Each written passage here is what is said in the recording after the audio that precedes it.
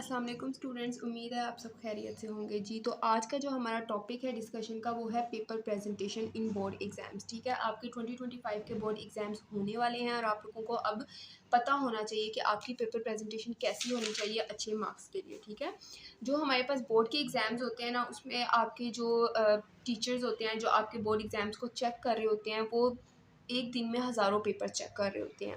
उनके पास इतना टाइम नहीं होता है कि वो हर बच्चे के पेपर में इतना ज़्यादा इन्वॉल्व हो। ठीक है, तो कुछ टिप्स हैं, कुछ ट्रिक्स हैं जिसकी वजह से आपकी पेपर प्रेजेंटेशन अच्छी होगी, उनके लिए भी ईजी रहेगा आपके पेपर को चेक करना और आपके लिए पॉइंट्स ज़्यादा से ज़्यादा गेन करना ईजी रहेगा। ठीक है, तो आप लोगों ने अपने ये पॉइंट्स बिल्कुल भी नहीं भूलने, इनकी प्रैक्टिस करनी है। ठीक है, तो आज के लेक्चर हम स्टार्ट करते हैं जी। तो जो सबसे पहला पॉइंट है ना, वो ये है कि आप लोगों ने जितने भी आपके टोटल 2, 3 या 4 सेक्शन होते हैं, सेक्शंस जो होते हैं सेक्शन ए, बी, ठीक है, सी या फिर डी। ठीक है, ए, बी, सी, डी जो सेक्शंस आप लोगों के होते हैं, आप लोगों ने उनको हमेशा हेडिंग्स की फॉर्म में लिखना है। मतलब जैसे कि आपका सेक्शन ए स्टार्ट हो रहा है तो आपने अच्छी सी हेडिंग देनी है सेक्शन ए की। ठीक है, उस सेक्शन ए की अच्छी सी हेडिंग दे के उसको अंडरलाइन करना है और प्रॉपर मार्कर से हेडिंग देनी है। इससे ये होगा कि एग्जामिनर को पता चल जाएगा कि अभी वो जो स्टार्ट करने वाला है ना चेकिंग, वो किस सेक्शन की चेकिंग स्टार्ट हो रही है। ठीक है, उसके लिए ईजी रहेगा। ठीक है, और आपकी पेपर प्रेजेंटेशन बहुत ज़्यादा अच्छी हो जाएगी। ठीक है, उसके बाद जो दूसरा पॉइंट है वो बहुत ज़्यादा इंपॉर्टेंट पॉइंट है। बच्चे ये मिस्टेक्स बहुत ज़्यादा बोर्ड एग्जाम्स में करते हैं और उसकी वजह से उनकी पेपर प्रेजेंटेशन बहुत ज़्यादा ख़राब होती है। ठीक है, वो क्या है कि आपको पता है, आप देख रहे हैं कि एक पेज जो होता है आपकी मार्कशीट का, वो 2 हमारे पास लाइन्स होती हैं, मार्जिन लाइन्स होती हैं। ठीक है, बच्चे क्या करते हैं कि इन मार्जिन लाइन से बाहर भी चीज़ें लिख रहे होती हैं। ठीक है, तो आप लोगों ने ये मिस्टेक्स बिल्कुल भी नहीं करनी है। ठीक है, ना ही मार्जिन लाइन की इस साइड पे आपने कुछ लिखना है, ना ही मार्जिन लाइन की इस साइड पे। मतलब जो आपका आंसर है वो सिर्फ इस स्पेस में होना चाहिए, इस स्पेस से बाहर आपका आंसर नहीं होना चाहिए। ठीक है, अगर आपको जैसे एक एग्जांपल हम देते हैं, ठीक है, कि जैसे एक वर्ड आ जाता है अवेलेबल। ठीक है, अब वो आ रहा है कि आप कह रहे हैं कि अभी आपकी लाइन आ गई है, आपने आगे लिखना है। ठीक है, तो आप इसको लिखने के लिए इस तरह का आप यूज़ कर सकते हैं। इस तरह किया और आपने दोबारा उसको नीचे लिख दिया। ठीक है, मतलब इस तरह आपका वर्ड ज़्यादा अच्छे तरीके से लगेगा एज़ कम्पेयर टू दिस कि आप लाइन से बाहर लिखें। ठीक है,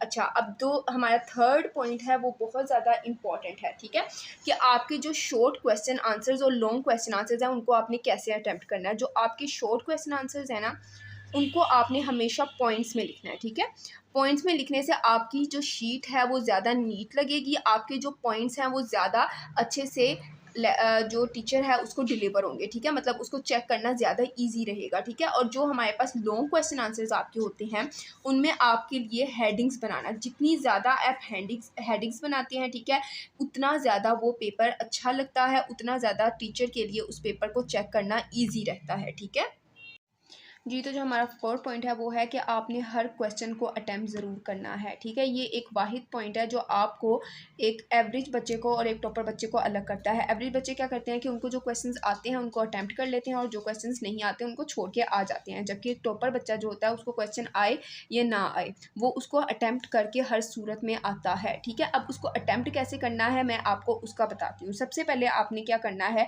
कि जो क्वेश्चंस आपको सबसे बेस्ट वाले आते हैं और अच्छे तरीके से आते हैं, आपने सबसे पहले उनको अटेम्प्ट करना है। ठीक है, दूसरा जो क्वेश्चंस आपको बिल्कुल भी अच्छे से नहीं आते, ठीक है, मतलब बिल्कुल भी नहीं आपको पता कहाँ से क्वेश्चन आ गए हैं या फिर आप बिल्कुल भूल गए हो उस क्वेश्चन का आंसर, तो उसको आपने हमेशा लास्ट में अटेम्प्ट करना है। ठीक है, शुरू से ये होगा कि शुरू में आपने जब अच्छे क्वेश्चंस अटेम्प्ट किए होंगे, जो आपने बहुत अच्छे लिखे हुए हैं, तो एग्जामिनर के ऊपर एक अच्छा इंप्रेशन पड़ेगा। लास्ट वाले में या तो वो इग्नोर कर देगा, ठीक है, या फिर कुछ ना कुछ नंबर आपको मिल ही जाएंगे। ठीक है, अब दूसरा पॉइंट ये है कि एक क्वेश्चन आपको नहीं आता या आप भूल गए हैं, ठीक है, तो आप उसके लिए क्या कर सकते हैं। सबसे पहला आपने क्या करना है कि जैसे क्वेश्चन आता है प्रॉपर्टीज़ ऑफ मेटल। ठीक है, अब इस क्वेश्चन का सबसे पहले आप ढूंढें कि आप सोचें कि आपने ये चैप्टर कौन सा था। ठीक है, किस चैप्टर से ये आया। जब आपको चैप्टर आ जाता है तो आपने देखना है कि टॉपिक कौन सा था। ठीक है, फिर वो जब वो टॉपिक आपको याद आ जाए तो आपने उस टॉपिक से रिलेटेड आपको जो जो पॉइंट्स याद हैं आपने वो सब के सब उस क्वेश्चन में पैराग्राफ की फॉर्म में आंसर लिख देना है। ठीक है,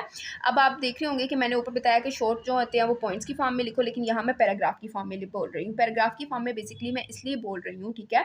क्योंकि देखिए शॉर्ट का बेसिक पॉइंट क्या था कि आप पॉइंट्स में लिखेंगे, एग्जामिनर्स को पड़ेगा, आपने बहुत अच्छा लिखा होगा, ठीक है, एग्जामिनर के ऊपर बहुत अच्छा इंप्रेशन पड़ेगा आपका, ठीक है।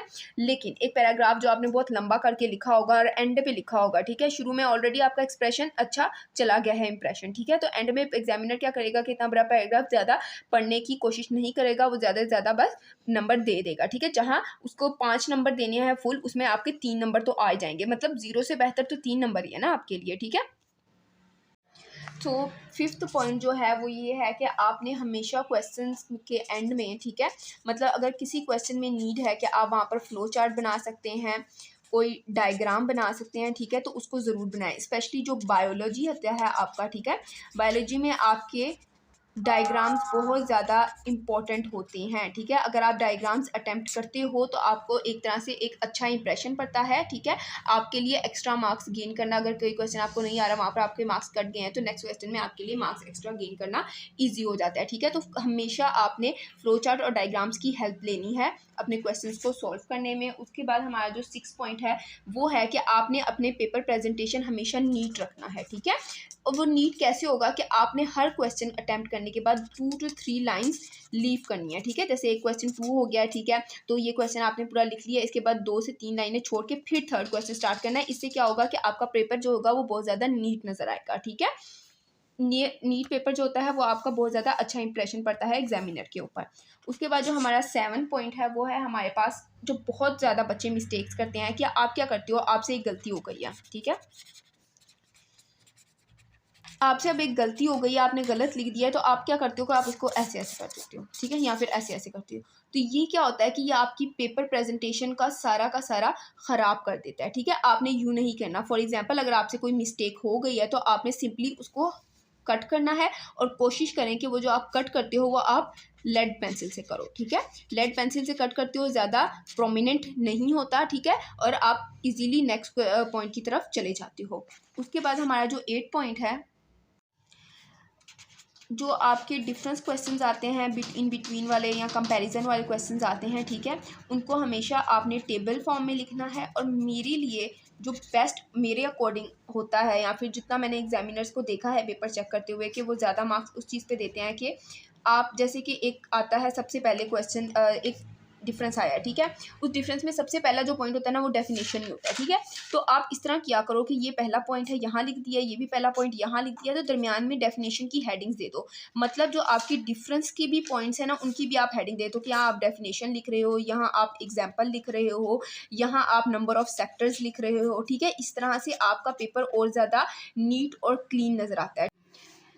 उसके बाद जो हमारा 10 पॉइंट है कि आपने डायग्राम्स जो होती हैं आप लोगों की, उसको आप कोशिश किया करें कि अच्छे से लेबल किया करें, सिर्फ वही चीज़ें लेबल करें, ठीक है, जो आपको याद होती हैं, ठीक है, जो आपको याद होती हैं। और कोशिश करें कि जो आप लेबलिंग करते हैं ये मार्कर से करें। इससे क्या होगा कि आपका जो पेपर होगा ज़्यादा नीट क्लीन नज़र आएगा, ठीक है, प्रोमिनेंट नज़र आएगा। डायग्राम एक ऐसी चीज़ होती है जो बच्चों को बहुत ज़्यादा इजीली आती है, बना लेते हैं और नीट क्लीन लगती है, ठीक है। उसके बाद जो हमारा एक इम्पॉर्टेंट पॉइंट है ना न्यूमेरिकल्स के लिहाज से, कि बच्चे क्या करते हैं, अगर कोई न्यूमेरिकल्स नहीं आते तो वो छोड़ के आ जाते हैं कि भाई अब इसमें तो हम अपनी तरफ से कुछ नहीं लिख सकते। क्यों नहीं लिख सकते? जो न्यूमेरिकल्स क्वेश्चंस आपके होते हैं उसमें आपके मार्क्स बहुत अच्छे से डिवाइडेड होते हैं। जो मतलब आपने जो गिवन आपको दिया होता है वो आप लिख सकते हैं, वो तो ऑलरेडी क्वेश्चन में होता है, वो तो आप लिख सकते हैं, ठीक है। इसका एक नंबर अलग होता है, ठीक है। उसके बाद आपने जो सोल्यूशन करना होता है उसके अलग नंबर होते हैं, और जो आपका आंसर होता है उसके अलग नंबर होते हैं, ठीक है। तो कोशिश करें कि अगर फॉर एग्जाम्पल आपको कोई न्यूमेरिकल नहीं आता तो एटलीस्ट उसका गिवन लिख के आए कि आपको क्या मिला है, और अगर उसको सॉल्व करना नहीं आ रहा, उसका फॉर्मूला आता है, तो एटलीस्ट फॉर्मूला जरूर लिख के आए। इससे ये होगा कि अगर 3 नंबर का एक क्वेश्चन है तो एटलीस्ट आपको 1.5 मार्क्स ज़रूर मिल जाते हैं। दूसरा ये कि न्यूमेरिकल्स में आपने हमेशा आंसर्स को बॉक्सेस की फॉर्म में लिखना है, ठीक है, मतलब आंसर आपका आ गया उसको हाईलाइट करके बॉक्स की फॉर्म में लिख देना है। और हमेशा यूनिट्स आंसर में नहीं भूलने, या आपकी बहुत बड़ी बच्चों की मिस्टेक्स होती है कि वो यूनिट्स भूल जाते हैं, जल्दी जल्दी में आंसर लिख देते हैं और यूनिट्स नहीं लिखने, ठीक है। जैसे कि मीटर, सेंटीमीटर, आपने यूनिट्स ज़रूर लिखने होते हैं। जो अब आज की टॉपिक का हमारा लास्ट पॉइंट है वो है हेडिंग्स हाईलाइट करना, ठीक है।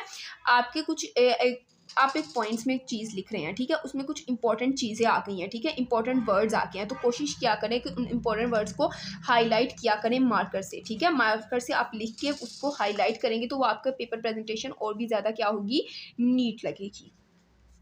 उसके अलावा जो मैं आपको समझाऊंगी वो यही होगा कि कोशिश करें ज़्यादा से ज़्यादा अपनी राइटिंग अच्छी रखें। ये हमारे कोई टोटल 12 पॉइंट्स हैं जो मैंने आज की वीडियो में आप लोगों को बताए हैं। बहुत अगर आप इन सब चीज़ों को अपने माइंड में रख के पेपर सॉल्व करते हो तो आपके लिए पेपर में मार्क्स गेन करना बहुत ज़्यादा ईजी हो जाता है, ठीक है।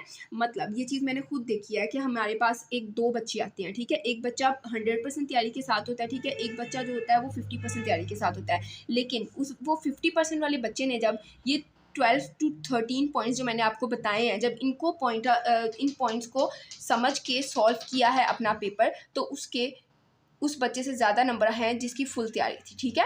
तो ये पॉइंट्स आपकी पेपर प्रेजेंटेशन में बहुत ज़्यादा हेल्पफुल होते हैं, इंशाल्लाह आपको बहुत ज़्यादा अच्छे मार्क्स दिलवाएंगे। आज के लिए अल्लाह हाफिज़। अगर किसी भी तरह का कोई भी आपको इशू आए तो मुझे बता दें, मैं दोबारा वीडियो बना दूँगी।